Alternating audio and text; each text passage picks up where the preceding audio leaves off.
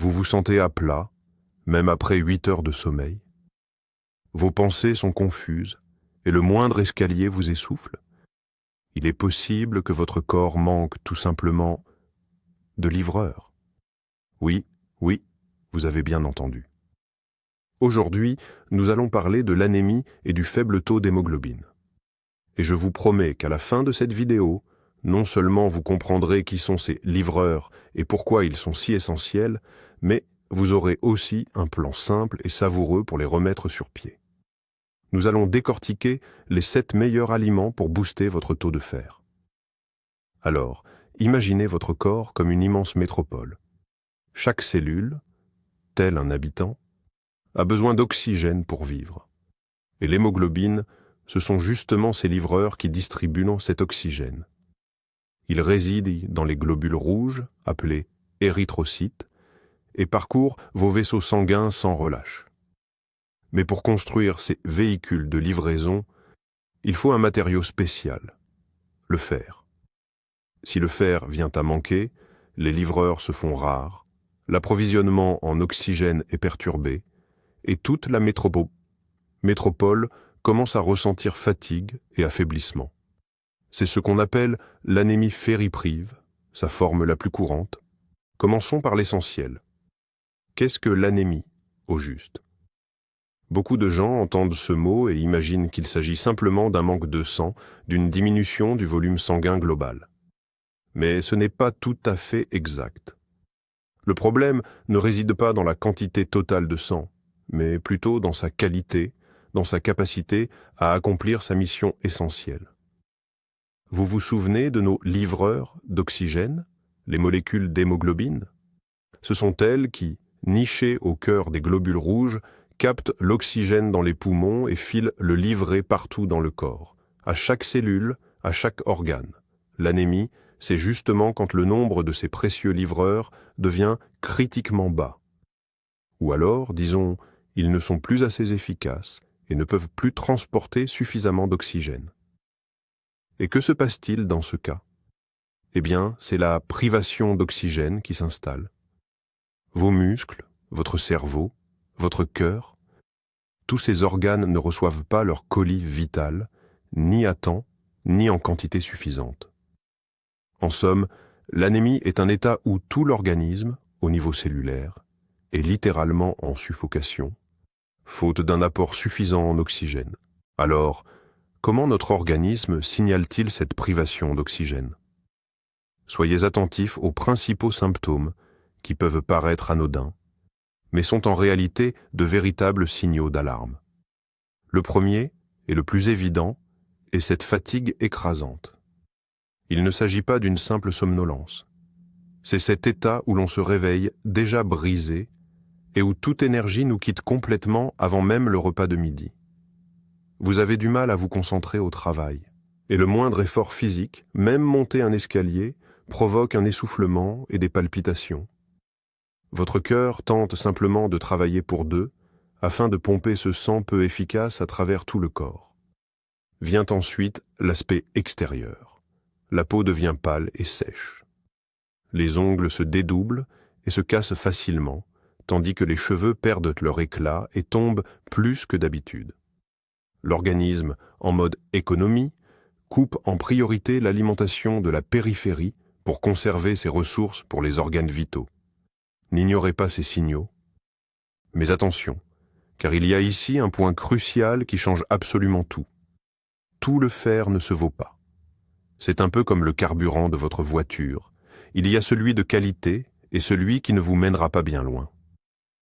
Alors, retenez bien ceci. Il existe 2 types de fer. Le premier, et le plus efficace pour notre organisme, est ce qu'on appelle le fer héminique. Son nom vient de l'hème, cette fameuse molécule essentielle à l'hémoglobine. Ce type de fer se trouve exclusivement dans les produits d'origine animale. La viande, la volaille, le poisson et les abats. Sa principale superpuissance réside dans la facilité incroyable avec laquelle notre organisme l'assimile. Imaginez-le comme une pièce de puzzle déjà prête qu'il suffit d'insérer dans le mécanisme. L'absorption du fer héminique peut atteindre 25, voire 30%. C'est un taux exceptionnellement élevé. L'organisme le reconnaît, l'identifie et le met immédiatement à profit, sans aucun effort superflu. C'est notre passe VIP pour la vitalité et l'énergie. Abordons maintenant le deuxième type, le fer non héminique. Comme vous l'aurez sans doute deviné, on le trouve dans les aliments d'origine végétale. Toutes les verdures, les légumineuses, les noix, les céréales et les fruits. On pourrait croire qu'il suffit de manger des épinards pour être fort comme Popeye. Mais c'est là que réside toute la subtilité. Pour notre organisme, le fer non héminique est un peu comme un kit de construction complexe avec des instructions en langue étrangère. Pour l'assimiler, le corps doit déclencher toute une série de réactions chimiques et le transformer en une forme utilisable. En raison de toutes ces étapes, son absorption est bien moins efficace. Dans le meilleur des cas, il est assimilé à 10%, et le plus souvent à seulement 3 à 5% de la quantité que vous avez consommée. Vous comprenez la différence? Pour obtenir le même apport que d'un petit morceau de viande, vous devrez ingérer une quantité énorme de végétaux. C'est un point crucial à comprendre pour élaborer un régime alimentaire efficace contre l'anémie. Maintenant que la théorie est derrière nous, passons à la pratique. Et quelle pratique! Il est temps de découvrir notre top 7 des aliments riches en fer, de véritables alliés pour combattre l'anémie. Et à la première place, médaillée d'or et championne incontestée dans la lutte contre la carence en fer, on retrouve la viande rouge. Oui, c'est bien elle. Nous parlons avant tout de bœuf, mais aussi de veau et d'agneau. Pourquoi ces viandes en particulier? C'est très simple. Ce sont de véritables mines d'or de ce fameux fer héminique, si facilement assimilable dont nous venons de parler. L'organisme n'a pas besoin de dépenser d'énergie pour le transformer. Il l'absorbe et l'utilise directement. Une portion de seulement 100 grammes de bœuf de bonne qualité peut couvrir une part significative de vos besoins quotidiens en fer, et ce, sous la forme la plus biodisponible et la plus efficace possible. Un bon steak de bœuf, du veau tendre, même le hachis pour des boulettes ou une sauce bolognaise, tout est bon. C'est la voie alimentaire la plus directe, la plus rapide et la plus efficace pour augmenter votre taux d'hémoglobine. En deuxième position de notre classement, et non des moindres, nous retrouvons un produit qui ne laisse personne indifférent. On l'adore passionnément ou on le déteste cordialement. Pourtant, son importance pour la production sanguine est tout simplement inestimable. Il s'agit des abats, et plus précisément du foie. Qu'il soit de bœuf, de poulet ou de dinde, le foie est un véritable concentré naturel de nutriments essentiels. Il ne contient pas seulement une quantité impressionnante de fer héminique, mais du fer déjà associé à d'autres éléments cruciaux. Le foie est aussi incroyablement riche en vitamine B12 et en acide folique. Ces deux éléments sont des acteurs indispensables à la création de nouveaux globules rouges, ces fameux taxis qui transportent l'hémoglobine. Autrement dit, en consommant du foie, vous n'apportez pas seulement à votre organisme le matériau de construction, le fer, mais vous lui fournissez également les outils, les vitamines du groupe B, nécessaires à ce chantier. Même une petite portion de pâté de foie ou quelques tranches de foie poêlé, consommées 2 fois par semaine, peuvent faire une énorme différence dans votre lutte contre l'anémie. Cap sur les profondeurs marines pour notre médaillé de bronze. La 3e place est attribuée, et à juste titre, aux fruits de mer. Et croyez-nous, ils ont leur propre champion. Il faut saluer tout particulièrement les huîtres et autres coquillages, à l'image des moules. Ces trésors de la mer ne sont pas qu'un mets raffiné, ce sont de véritables bombes de fer. Les huîtres, par exemple, sont des championnes absolues en teneur en fer, toutes catégories d'aliments confondus. Certes, les déguster quotidiennement peut être un luxe, mais même une intégration ponctuelle à votre régime alimentaire donnera un formidable coup de fouet à votre organisme. De plus, n'oublions pas les autres trésors marins. Les poissons gras, tels que le thon et le saumon, mais aussi les crevettes, contiennent eux aussi une quantité non négligeable de fer héminique. De surcroît, les fruits de mer regorgent de zinc et d'acides gras oméga 3, des éléments qui contribuent au bon fonctionnement général de l'organisme et du système cardiovasculaire. Ainsi, si vous appréciez les poissons et les fruits de mer, vous disposez d'une méthode à la fois délicieuse et efficace pour faire le plein de fer. Passons maintenant au règne végétal, et à la 4e place, nous retrouvons les véritables super-héros du monde végétal, les légumineuses, lentilles, surtout rouges et vertes, haricots de toutes les variétés, pois chiches, dont on tire le fameux houmous, et pois. Ces légumes sont une excellente source de fer non héminique. Oui, nous savons que son assimilation est moins bonne. Mais les légumineuses ont un atout dans leur manche. Premièrement, leur teneur en fer est réellement impressionnante. Par exemple, une simple portion de lentilles cuites contient plus de fer qu'un bon steak. Deuxièmement, elle représente une excellente alternative pour les végétariens, les végétaliens, ou simplement pour ceux qui souhaitent varier leur alimentation et ne pas consommer de viande tous les jours. Les légumineuses ne sont pas seulement une source de fer, mais aussi de protéines végétales et de fibres, essentielles pour une bonne digestion. Une bonne soupe de lentilles, des haricots en accompagnement, ou du houmous avec des légumes. Ce sont des plats non seulement délicieux et rassasiants, mais aussi extrêmement bénéfiques pour votre sang. L'essentiel est de ne pas oublier qu'elles auront besoin d'un petit coup de pouce pour une assimilation optimale. Mais nous y reviendrons plus tard. À la 5e place de notre classement, un produit dont la couleur évoque déjà ses bienfaits pour le sang. Les légumes verts à feuilles sombres. Et son représentant le plus célèbre est, bien sûr, l'épinard. Vous vous souvenez de Popeye le marin, qui en dévorait des boîtes entières et devenait incroyablement fort? Eh bien, il y a une part de vérité là-dedans.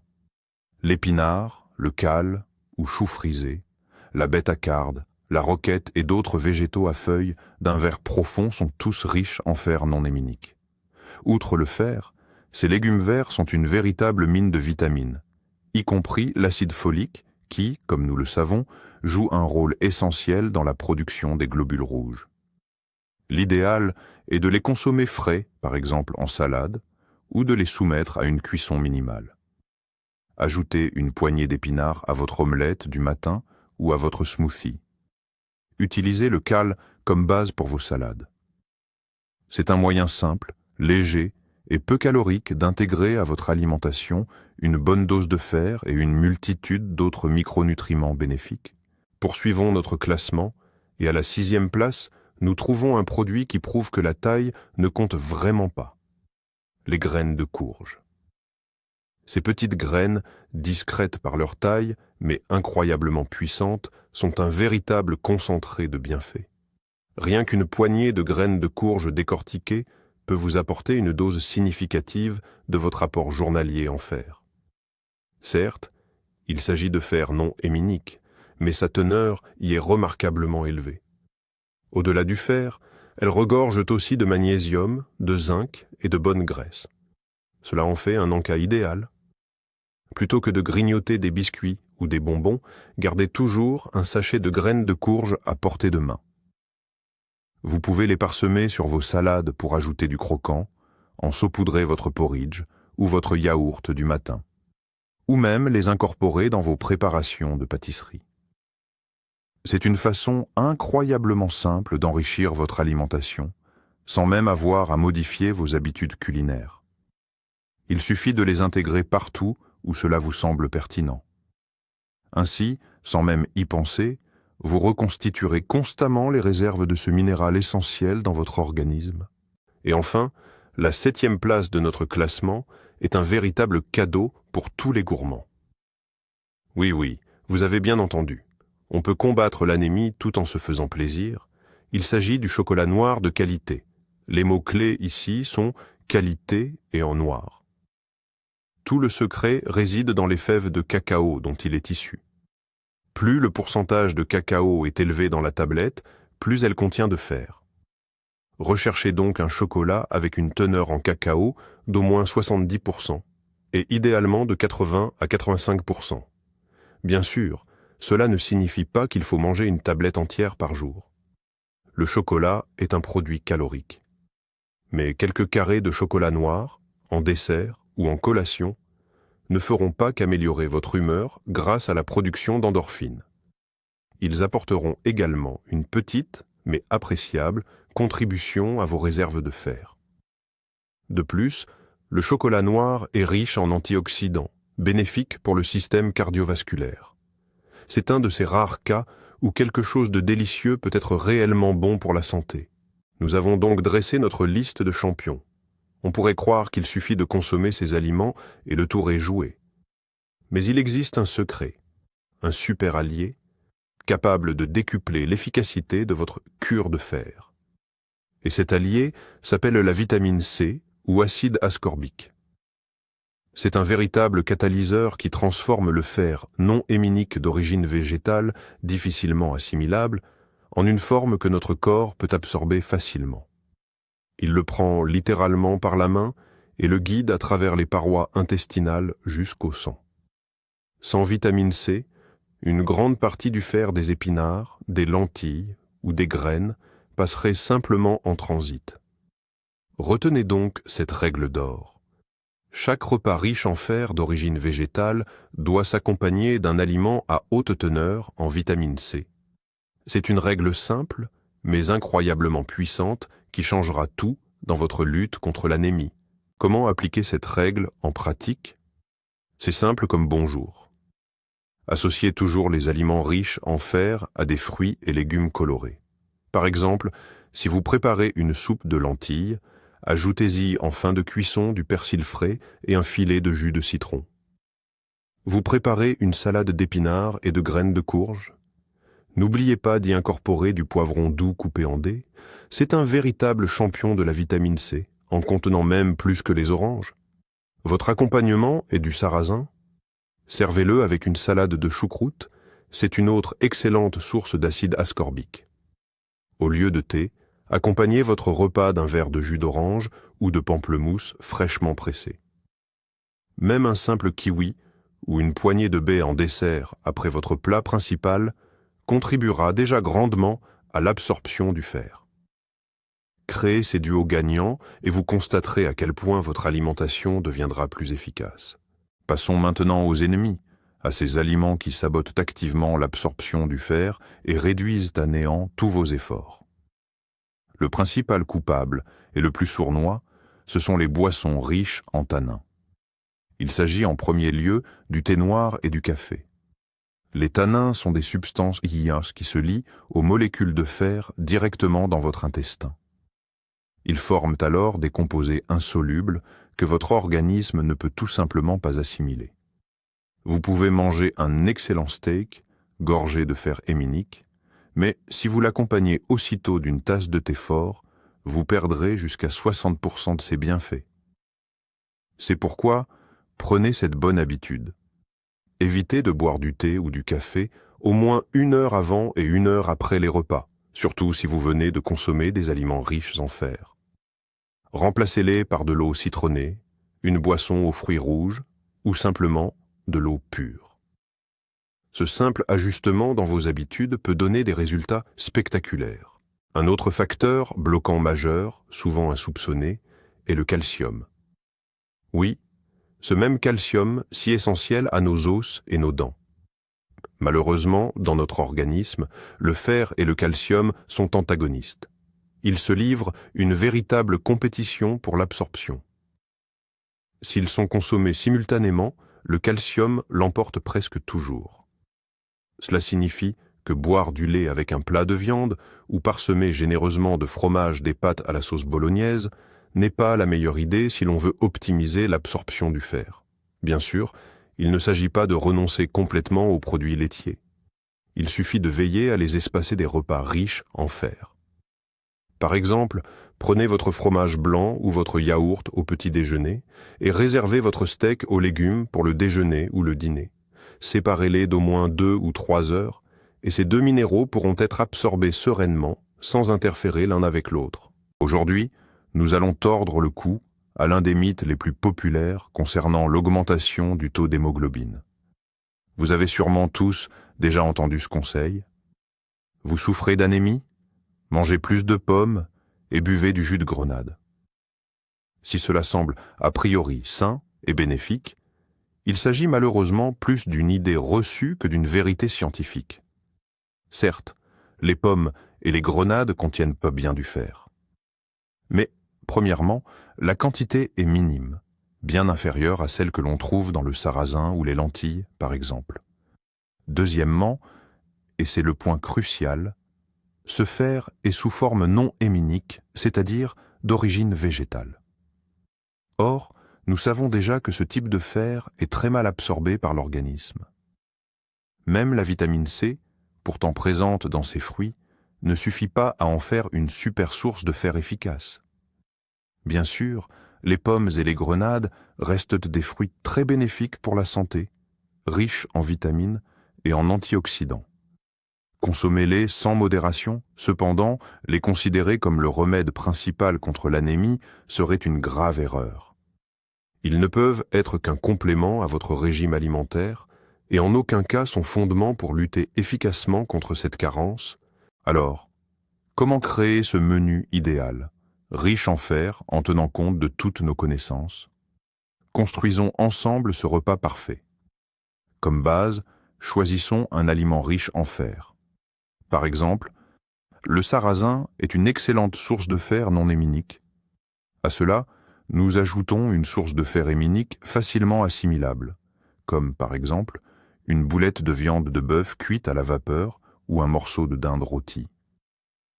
C'est déjà un très bon début. Maintenant, il nous faut un allié de taille, la vitamine C. Préparons une grande salade de légumes frais. Prenons de la salade verte, ajoutons beaucoup de poivrons doux, des tomates, et assaisonnons le tout, non pas avec de la mayonnaise, mais avec de l'huile d'olive et une généreuse dose de jus de citron. Voilà le tandem parfait. En un seul repas, nous avons combiné à la fois le fer héminique et non héminique, ainsi qu'une puissante dose de vitamine C pour une assimilation maximale. Et pour accompagner ce repas, l'idéal est un verre d'eau ou un jus de cassis. Simple, délicieux et incroyablement efficace. Il est crucial de bien saisir la distinction entre la prévention de l'anémie et son traitement. Tout ce dont nous avons parlé, les aliments, une alimentation saine et équilibrée, représente un outil extrêmement puissant pour prévenir la carence en fer.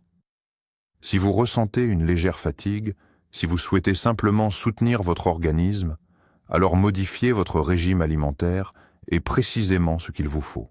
Cependant, si vos analyses sanguines ont déjà révélé un diagnostic d'anémie ferriprive, c'est-à-dire que vos taux d'hémoglobine et de ferritine, cette protéine qui stocke le fer, sont devenus critiquement bas, alors une simple modification de votre régime alimentaire ne suffira probablement pas à corriger la situation. Imaginez votre corps comme un entrepôt vide. Avec l'alimentation seule, vous n'y apporteriez qu'une seule boîte par jour. Or, pour reconstituer rapidement les stocks, il faudrait un camion entier. Il est donc quasi impossible de combler un tel déficit uniquement par la nourriture, ou alors cela prendrait un temps considérable. C'est pourquoi, dans un tel cas, la seule solution pertinente est de consulter impérativement un médecin. Évitez l'automédication, surtout si elle est basée uniquement sur des informations trouvées en ligne. Un médecin généraliste ou un hématologue, voilà les spécialistes à consulter. Seul un médecin pourra évaluer précisément l'étendue de votre carence grâce à des analyses sanguines et en déterminer la cause. La cause pourrait ne pas être uniquement liée à votre alimentation, mais aussi à un problème d'absorption du fer ou à d'autres soucis de santé sous-jacents. Et surtout, seul un médecin est habilité à vous prescrire le traitement adéquat.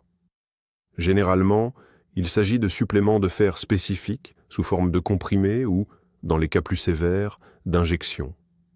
La posologie et la durée du traitement sont ajustées de manière strictement individuelle. Tenter de prendre de soi-même des compléments en vente libre, pour la prévention, peut être non seulement inutile, mais aussi dangereux, car un excès de fer est également toxique pour l'organisme. Faites confiance aux professionnels.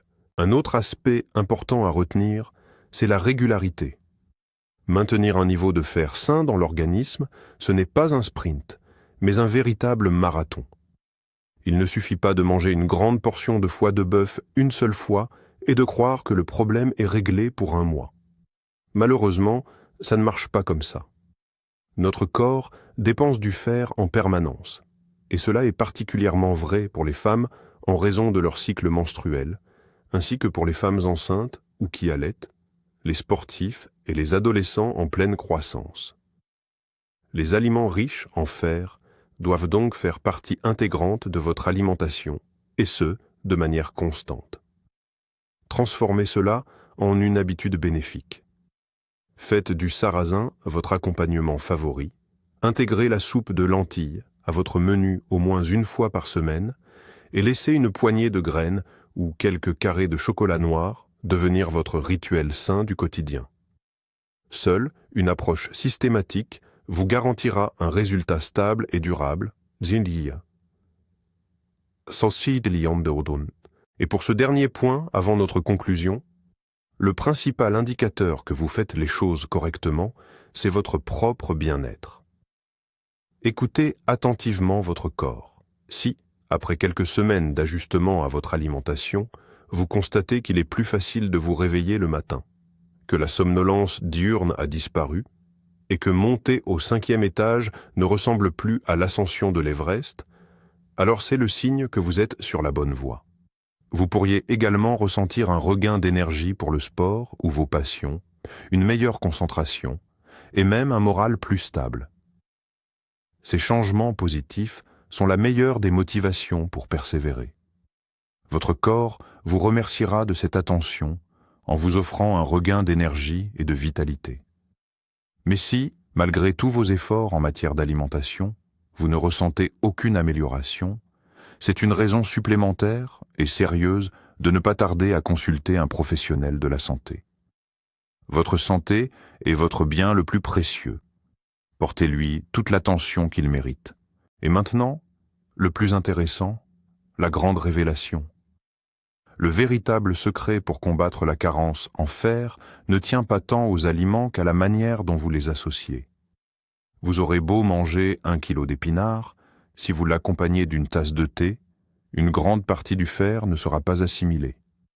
À l'inverse, une petite portion de lentilles, associée à une salade de poivrons, sera bien plus bénéfique pour votre organisme qu'un bon steak servi avec un plateau de fromage. Toute la magie réside dans la synergie. La vitamine C est la clé qui ouvre la porte de votre système sanguin au fer non héminique. Les tanins et le calcium, eux, sont les gardiens qui claquent cette porte. Comprendre ce principe simple est bien plus important que de retenir la teneur précise en fer de chaque aliment. Alors, récapitulons. Un taux d'hémoglobine bas n'est pas une fatalité, mais un signal d'alarme de votre corps. Intégrez à votre alimentation viande rouge, foie, légumineuses et légumes verts à feuilles sombres. Associez-les toujours à une source de vitamine C et évitez de les consommer avec du thé, du café ou des produits laitiers. Merci d'avoir regardé cette vidéo jusqu'à la fin. Si elle vous a été utile, n'hésitez pas à laisser un pouce bleu et à vous abonner à la chaîne pour ne rater aucune de nos prochaines vidéos. Et maintenant, une question pour vous.